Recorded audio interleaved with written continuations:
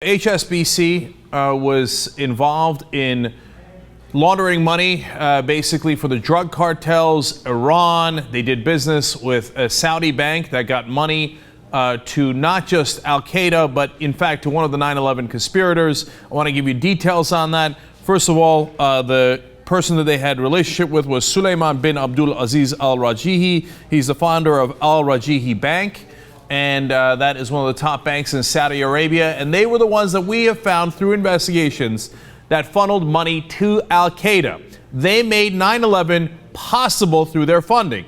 And that's not just because they generally gave money to al-Qaeda, but it's specifically wire transfers, for example, to Abdulaziz al-Omari. He was one of the 9/11 hijackers. He was on American Airlines Flight 11. He got a wire transfer from this Saudi bank on September 7th of 2001. They got the funding to the guys who did 9/11. We invaded a whole country that didn't even attack us on 9/11. But the guys who actually attacked us on 9/11 got the funding from it, from this Al-Rajihi Bank, which HSBC did unending business with, billions of dollars of business with. Did they get punished? No, no criminal punishment whatsoever.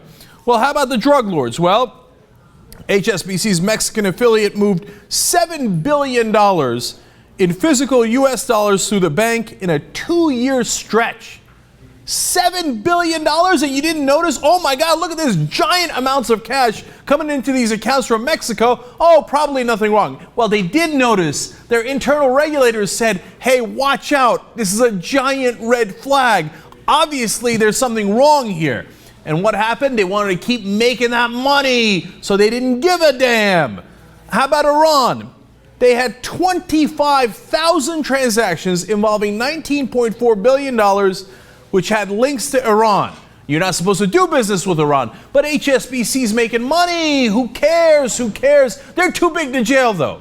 So you break the law in all of these regards, no jail time. Justice Department announced this week saying, oh, no, they're too big to jail.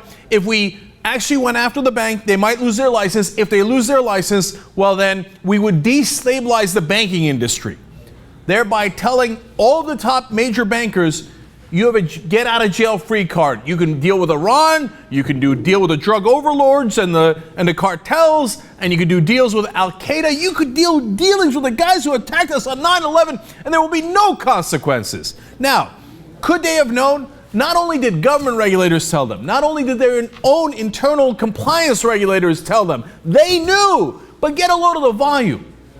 There was a backlog of 17,000 unreviewed account alerts regarding potentially suspicious activity. 17,000! Now, how much? Get a load of this. How much money? HSB altogether failed to monitor some $60 trillion in wire transfer and account activities. $60 trillion! Gee, I wonder if they knew. By the way, their fine, $1.9 billion. What a joke. That is 1 month of pre-tax profit for HSBC Bank.